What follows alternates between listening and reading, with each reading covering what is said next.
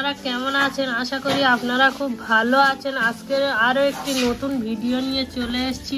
আজকের রেসিপি হলো পুঁই শাক, কচু, আলু, চিংড়ি দিয়ে রান্না হবে। তো কিভাবে রান্না করব আর কি কি লাগবে সেগুলো আপনাদেরকে দেখিয়ে দেবো। দেখুন, এখানে পুঁই শাক আছে, এখানে আছে 250 গ্রাম চিংড়ি মাছ, এখানে আছে কচু আর আলু দেখতে পাচ্ছেন। দেখুন কিভাবে আমি রান্নাটা করি আর কি কি দিয়ে আমি রান্না করব সেটাও দেখাবো। রান্নার জন্য এখানে কড়া বসিয়ে দিয়েছি, কড়াটা গরম হয়ে গিয়েছে, এখানে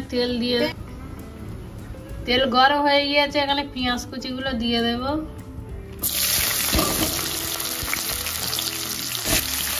পেঁয়াজটা ভালো করে লাল করে ভেজে নেব।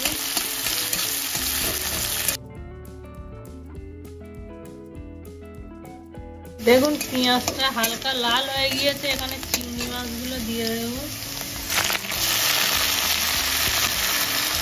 চিংড়ি মাছটা ভালো করে লাল করে ভেজে নেব।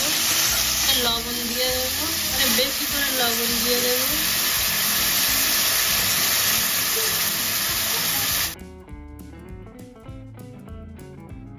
চিংড়িটা ভাজা হয়ে গিয়েছে, এখানে কচুগুলো দিয়ে দেবো, কচু আর আলুটা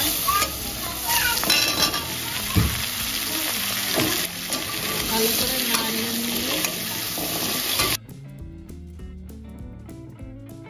হালকা করে জল দিয়ে দেবো।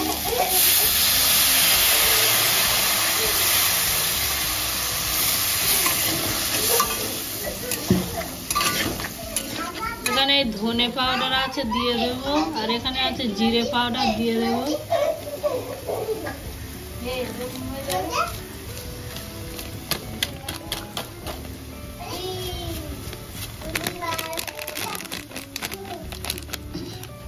দেবো আদা রসুনের পেস্ট, ভালো করে নাড়িয়ে নেব। এখানে দিয়ে দেবো হলুদ গুঁড়ো আর লাল মরিচের গুঁড়ো, এখানে 1 চামচ হলুদ গুঁড়ো দিয়ে দেবো।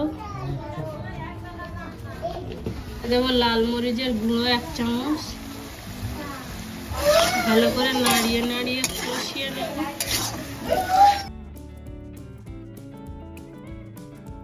এবার পুঁই শাকটা দিয়ে দেবো,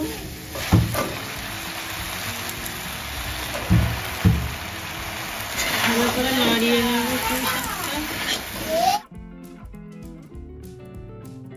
পুঁই শাক থেকে যে পানিটা বার হবে সেই পানিটা ভালো করে শুকিয়ে নেব। এভাবে নাড়িয়ে নাড়িয়ে ভালো করে কষিয়ে নেব।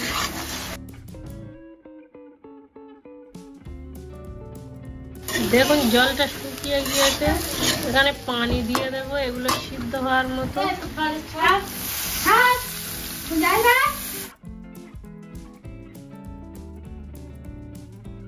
জলটা শুকিয়ে গেলে আপনাদেরকে দেখাচ্ছি। দেখুন আমার পানিটা অনেকটা শুকিয়ে গিয়েছে,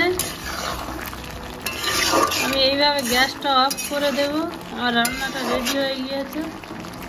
আপনারা চাইলে ঝোল ঝোল রাখতে পারেন বা এইভাবে শুকনো রান্না করে খেতে পারেন।